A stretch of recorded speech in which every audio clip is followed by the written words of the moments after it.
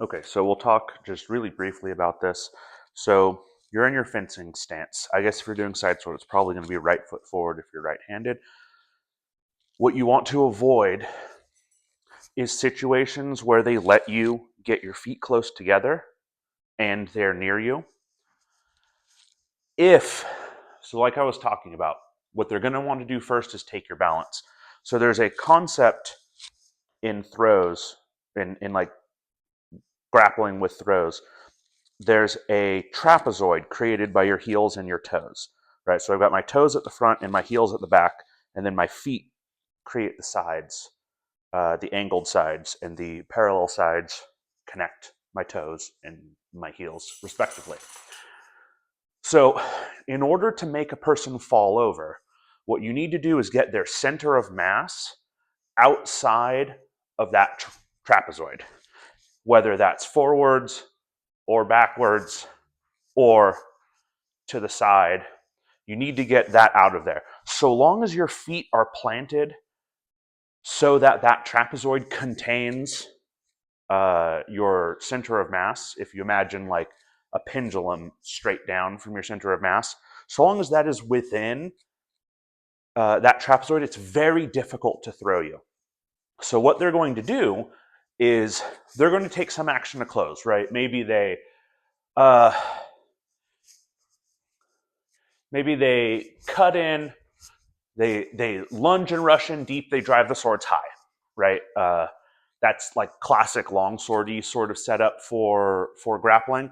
What they're going to do next is take their other hand and they're going to wrap it around either your front or your back, depending on how you guys wind up. If they're wrapping you around the front, what they're going to try to do next is get their leg behind one of yours. Once they've done that, they're going to shove you backwards to get your center of mass out from under. This leg becomes light. They sweep that out and then continue to push. So if you're facing this way, right, I've got my arm around your shoulders here. I'm pushing back here to get your balance. Once I feel that balance start to go, I've got my leg behind yours and I go boom, and you go down.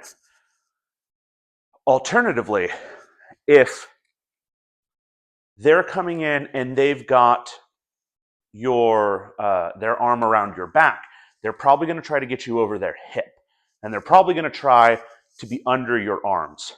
They're going to come in close. In that first example, we're facing opposite directions. In this one, we're going to be facing the same direction. They're going to try to get their hip into deep into your pelvis, right? Like right up in there. Then they're going to hip bump you, and that's going to be how they break your balance, right? They're going to drive their center of mass into yours.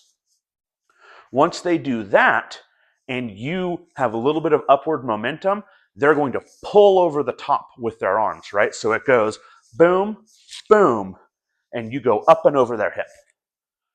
So it's not foolproof, but to counter both of these strategies, as soon as you feel them wrap an arm around you, you want to take whatever stance you're in and make it wide, right? And get low.